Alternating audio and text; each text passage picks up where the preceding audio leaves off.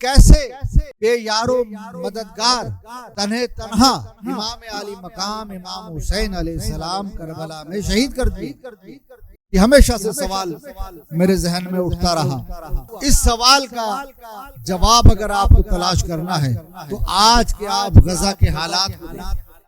اور وہاں یہ حالت ہے، ایسی ویڈیوز بھی دیکھی گئی ہیں کہ ان فلسطینی مظلوموں کے مردہ لاشوں کو کتے اور بلیاں کھا رہی ہیں.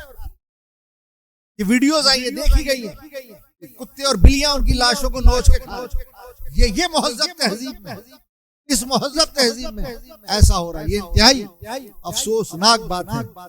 اور یہ سارے وہ سوالوں کا جواب مل رہا ہے کہ اس امت کے ہوتے ہوئے یہ سب ہو رہا ہے. انسانیت کے ہوتے ہوئے سو رہا ہے. امت کہاں سوئی ہے اور انسانیت کہاں سوئی ہوئی ہے. یہ ساری چیزیں بڑی ہی تکلیف دہ ہیں. علامہ اقبال سے اور ان کی روح پاک سے معذرت کے ساتھ میں کہتا ہوں، جو انہوں نے کہا کہ ایک ہوں مسلم حرم کی پاسبانی کے لیے، نیل کے ساحل سے لے کے تابہ خاک کاشغر.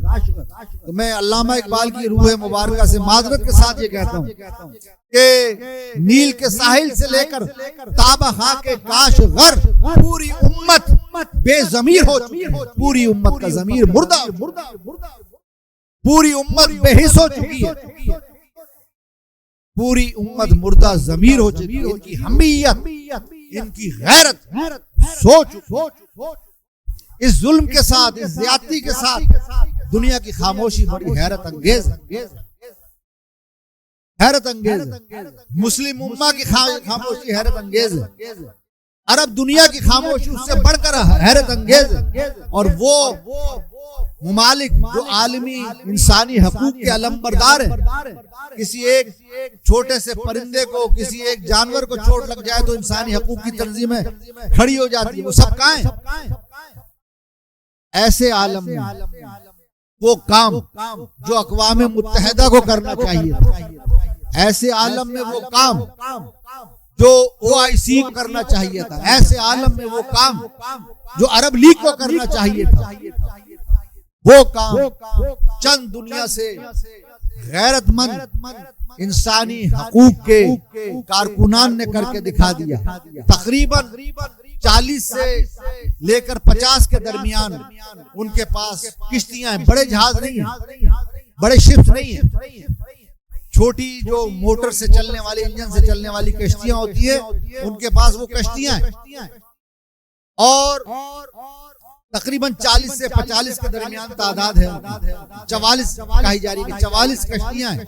تقریباً 500 اس کے اندر انسانی حقوق کے کارکنان اور ورکرز ہیں، ہیومن رائٹس ایکٹیوسٹ ہیں. وہ اس کے اندر ہے تقریباً 500. اور آپ کو مزے کی بات یہ بتائی جائے کہ تقریباً اس کے اندر 70% لوگ وہ ہیں جن کا اسلام یا مسلمانوں سے کوئی تعلق نہیں ہے. وہ اٹھے ہیں، وہ کھڑے ہوئے ہیں اور فلسطین کے ان مظلوموں کے لیے انہوں نے آواز اٹھائی ہے. گلوبل سمود فلوٹیلا، اس قافلے کا نام ہے گلوبل سمود فلوٹیلا. یہ لے کر چلے ہیں، یورپ کے ممالک سے تعلق رکھتے ہیں. میں یہ کہتا ہوں کہ ان کا، اور وہ چھوٹی کشتیاں ہیں، ڈوب سکتی ہیں، گر سکتے ہیں، سمندری سفر ہے، لمبا سفر ہے، تکلیف دہ، انتہائی تکلیف دہ سفر ہے. کوئی پورا آسائی سفر نہیں ہے، لگژری سفر نہیں ہے. وہ اس میں چلے ہیں. اور کس لیے؟ کہ بمباری، وحشیانہ بمباری کر کے، گولہ باری کر کے پورے فلسطین اور غزہ کو ملیا میٹ اور کھنڈر کا ڈھیر بنا دیا.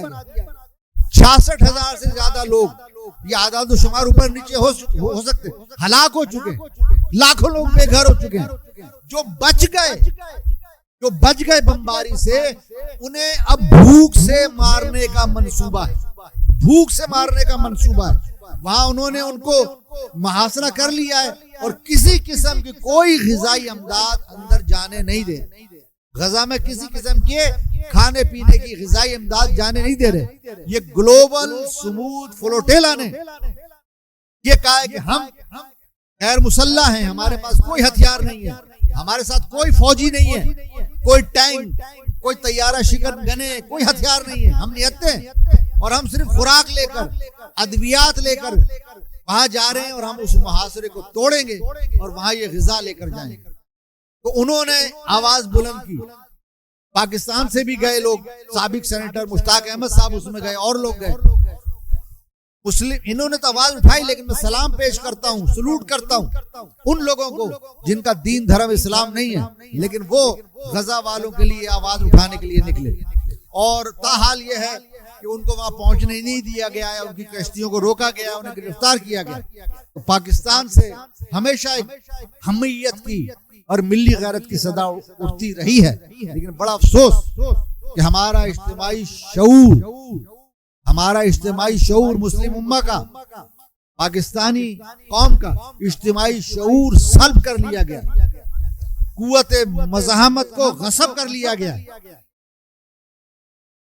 اور میں یہ کہتا ہوں, جسے ہم اسلام کا قلعہ کہتے رہے, جسے ہم اسلام کا قلعہ سمجھتے رہے, وہ اس وقت عالمی استعماری قوتوں کا لاری اڈا بنا ہوا.